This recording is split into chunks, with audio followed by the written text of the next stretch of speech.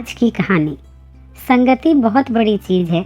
जैसी संगत होती है वैसे ही हमारा विचार और व्यवहार हो जाता है, चाहे इंसान हो या फिर पशु पक्षी। एक राजा शिकार के उद्देश्य से अपने सिपाहियों के साथ किसी जंगल से गुजर रहा था। दूर दूर तक शिकार नजर नहीं आ रहा था। वे धीरे धीरे घने जंगल में प्रवेश करते गए। अभी कुछ ही दूर गए थे कि उन्हें कुछ डाकुओं के छिपने की जगह दिखाई दी। जैसे ही वे उसके पास पहुंचे कि पास के पेड़ पर बैठा तोता बोल पड़ा, पकड़ो पकड़ो, एक राजा आ रहा है। इसके पास बहुत सारा सामान है, लूटो लूटो, जल्दी आओ जल्दी आओ। तोते की आवाज़ सुनकर सभी डाकू राजा की ओर दौड़ पड़े। डाकुओं को अपनी ओर आते देख कर राजा और उसके सैनिक दौड़कर भाग खड़े हुए। भागते भागते काफ़ी दूर निकल गए। सामने एक बड़ा सा पेड़ दिखाई दिया।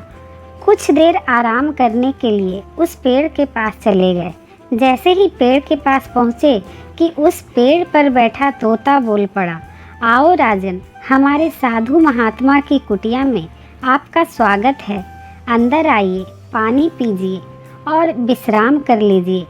तोते की इस बात को सुनकर राजा हैरत में पड़ गया और सोचने लगा कि एक ही जाति के दो प्राणियों का व्यवहार इतना अलग अलग कैसे हो सकता है।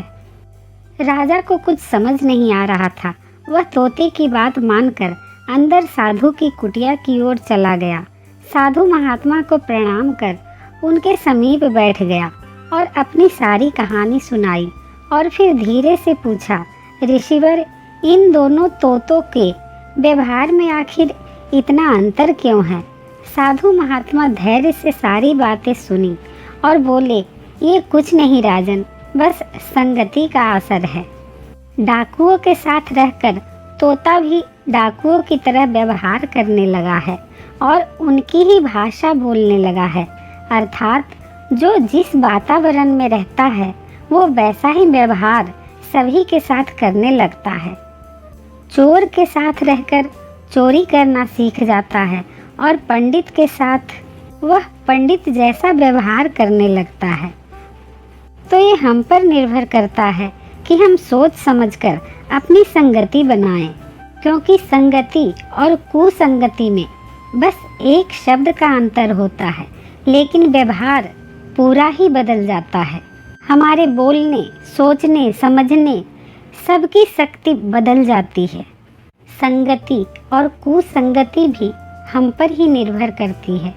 हम समय से और बुद्धि से अच्छी संगत में आकर अपने आचरण और व्यवहार को अच्छा बना सकते हैं।